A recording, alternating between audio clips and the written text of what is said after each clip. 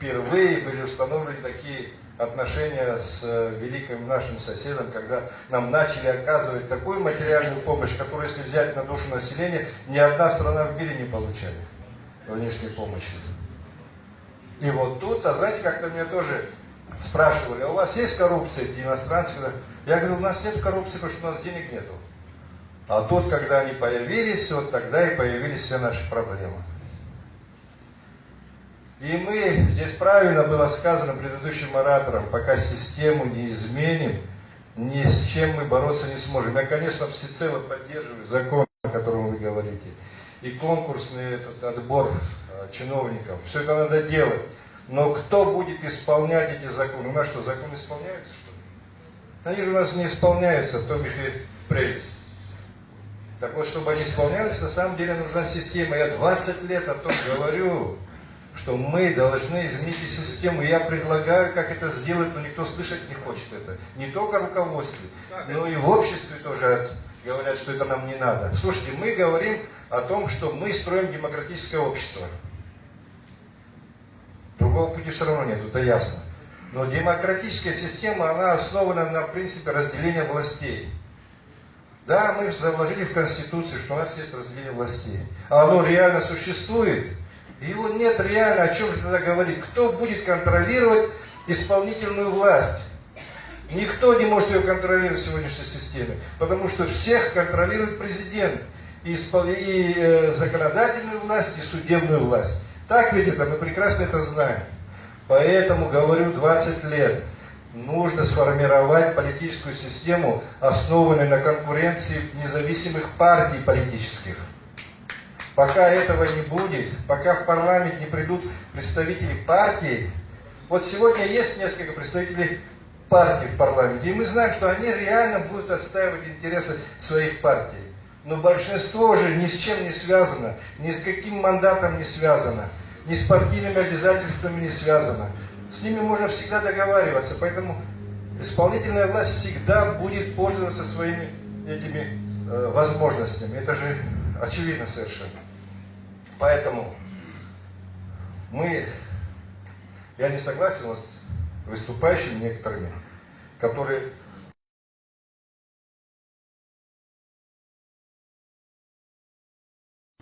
судя по их разговорам, она не вошла в тупик. В тупик вошли лидеры, которые не могут ее правильно продвигать.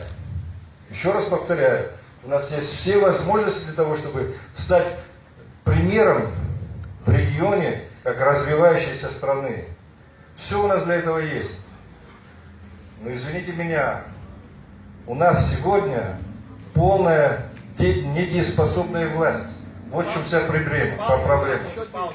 Нет, нам нужен лидер, который обществу показывает цель, который говорит, что он хочет вообще сделать.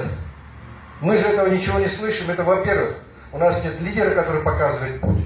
И у нас нету волевой власти политической, которая может проявить волю. Мы же видим не по одному вопросу ничего, аморфная полностью власть.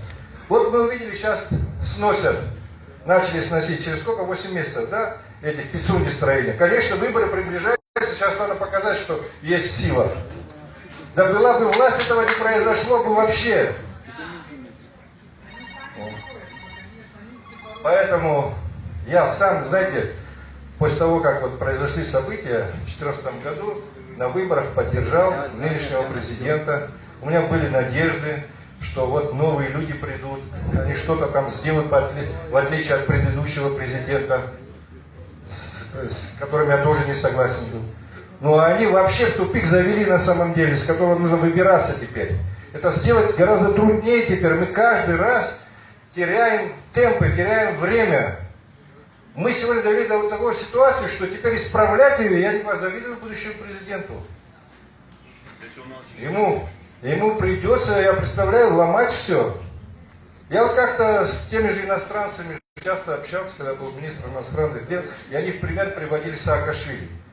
Я говорю, да что вы, Саакашвили, что может сделать? Я говорю, в советское время Шеварадзе пришел, пересажал всех, такую борьбу с коррупцией, и только взлетели тарифы, я говорю. Он взял, сделал. Я говорю, он шею свернет, он одновременно бороться по всему фронту начал. И с интеллигенцией, и с бизнесом, со всеми. Но справился, правда, шею свернул тоже.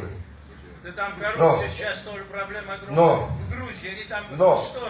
Да с нами не сравнишь, слушай, что ты говоришь. Поэтому нужен лидер, который знает, что делать, который теперь покажет путь, как выйти из этой вот тупиковой ситуации обществу, и который решительно начнет действовать, и общество его будет поддерживать, потому что если мы все не станем сотрудничать в этом направлении, весь народ, все общество, мы будем здесь топтаться на этом месте, и мы на самом деле потеряем все, за что сложили головы наши друзья, братья и сестры. Спасибо за внимание.